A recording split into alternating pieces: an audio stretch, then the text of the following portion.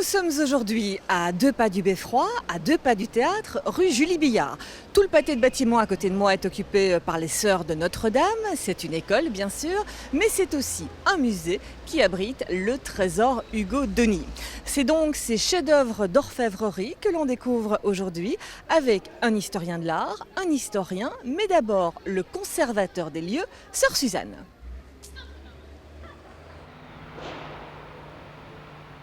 Nous voici donc chez les Sœurs de Notre-Dame. Est-ce que l'endroit dans lequel on se trouve est un musée ? Ce n'est pas à proprement parler un musée, c'est un trésor de monastère, établi ici depuis 1818. C'est le trésor du monastère du prieuré d'Ogny, Ogny, qui est la commune actuelle d'Ezo-Presles, sur la Sambre. Trésor, ça veut dire que c'est un ensemble de pièces. Un ensemble de pièces d'art religieux. Et au départ, il y avait une famille riche dont les 4 fils ont décidé, après la mort de leur père, de vendre tous leurs biens pour fonder un monastère. Les 3 aînés sont devenus frères prêtres augustins. Les 3 aînés deviennent prêtres, moines augustins. Le plus jeune veut devenir orfèvre. Et pendant que les aînés construisent et organisent leur monastère, le plus jeune fait son apprentissage le long de la Meuse, dans les ateliers d'art mosans, dans la foulée des grands artistes mosans. Et quand il a terminé son apprentissage, il rejoint ses frères à Ogny, devient frère. Donc les 3 aînés sont prêtres, le plus jeune est frère Hugo. Et il se met au travail. Seulement pour construire un trésor, pour former un trésor, il faut les objets adéquats. Dans la même petite localité vivait une sainte femme, Marie d'Ogny, comme recluse, qui normalement n'aurait été connue de personne, mais est connue du monde entier de l'époque. Les gens viennent de partout lui parler, lui demander conseil. Et un jour arrive de Paris Jacques de Vitry. Jacques de Vitry, un jeune clerc parisien qui vient lui demander conseil pour l'orientation de sa vie, et elle lui conseille d'entrer dans le monastère. Il devient un prédicateur exceptionnel, prêche la 5e croisade, mais est devenu bientôt évêque en Terre Sainte, à Saint-Jean d'Acre, où il reste une dizaine d'années. Puis il devient cardinal à Rome, où il va encore vivre une dizaine d'années. Ce qui veut dire qu'au total, Jacques de Vitry a vécu 20 ans environ en Orient, à Rome, dans les régions où sont morts les premiers martyrs. Le Moyen-Âge est le temps du culte des reliques de martyrs. Et c'est Jacques de Vitry qui, dans les coffrets arabes et les vers fatimides qui sont dans le trésor, rapporte des reliques, et c'est pour ces reliques que Hugo va faire des reliquaires ou des phylactères, c'est-à-dire des reliquaires suspendus. Un phylactère, c'est un reliquaire suspendu. Il fait aussi 3 œuvres, 3 pièces d'art religieux, de culte.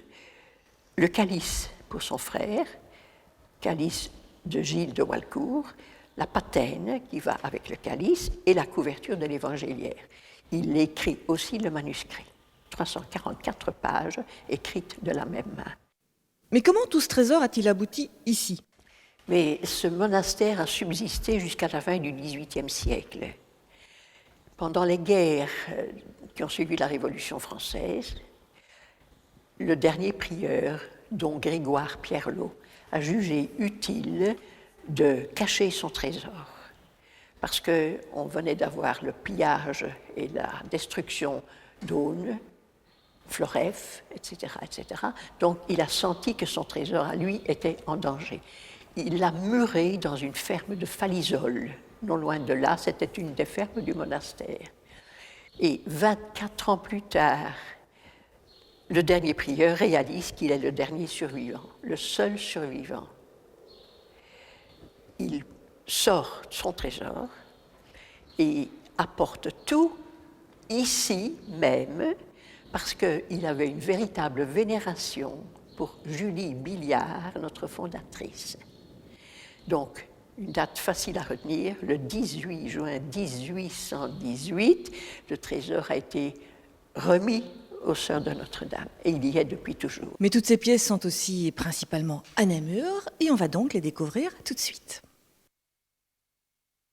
Avant de découvrir le trésor, rendez-vous avec notre historien qui nous emmène aujourd'hui devant la cathédrale Saint-Aubin. Alors, pourquoi ce choix alors qu'on évoque un orfèvre du XIIIe ? Eh bien parce que la cathédrale Saint-Aubin manifeste sans doute de manière très éclatante l'influence du pouvoir religieux sur le patrimoine urbain namurois.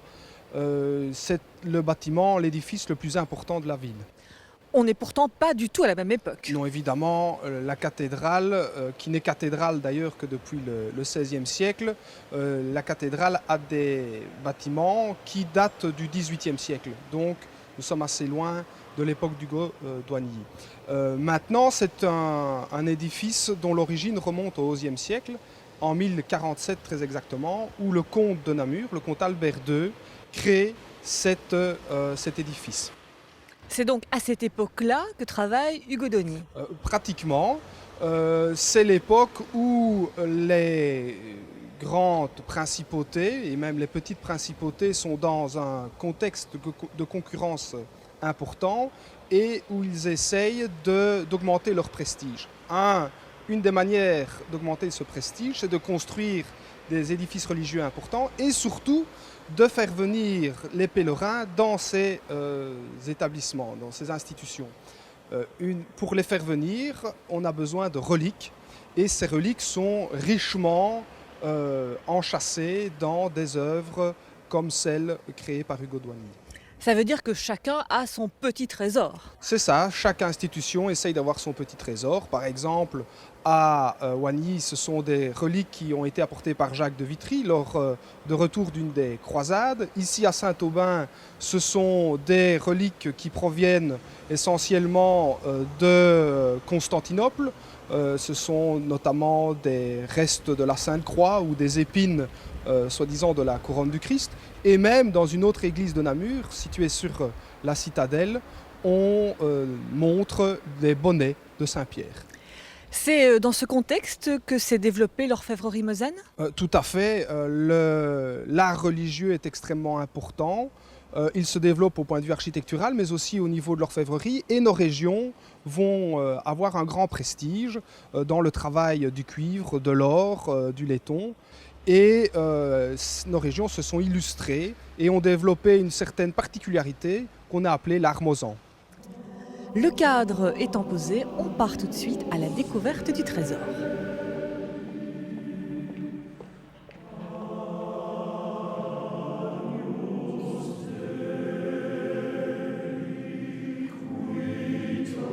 Nous avons pénétré dans la salle du trésor. C'est une quarantaine de pièces qui sont ici réunies et nous en avons choisi une à vous faire découvrir. Mais pourquoi celle-là ?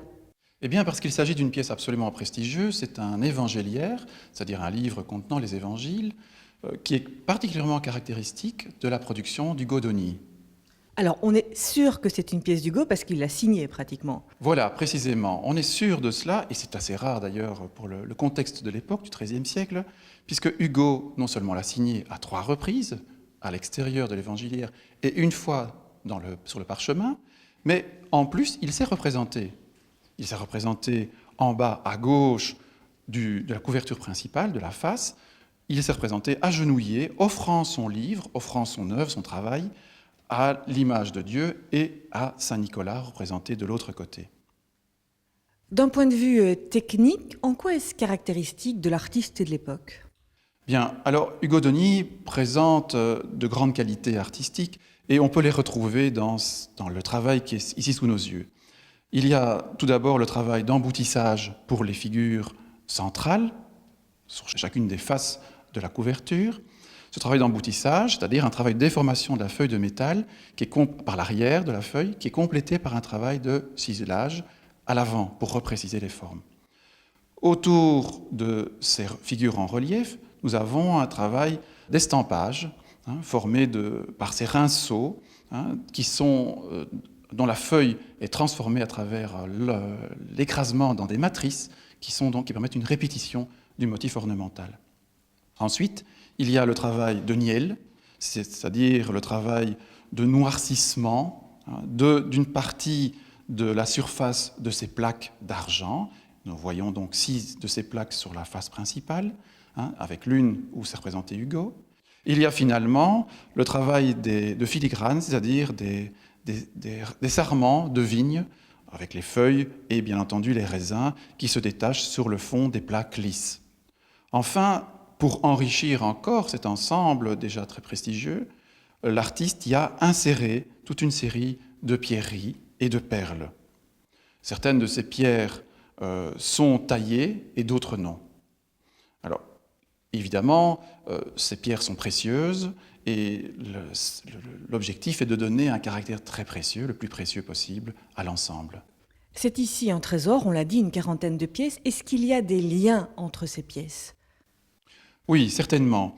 L'avantage, évidemment, et la chance exceptionnelle d'avoir conservé un ensemble aussi homogène, c'est qu'on peut établir des comparaisons et donc mieux connaître l'artisan, l'artiste, dirait-on aujourd'hui, qui a réalisé toutes ces œuvres et, à travers les différentes pièces, retrouver des constantes. Ce sont des techniques caractéristiques d'Hugo, mais il en a utilisé d'autres dans d'autres pièces.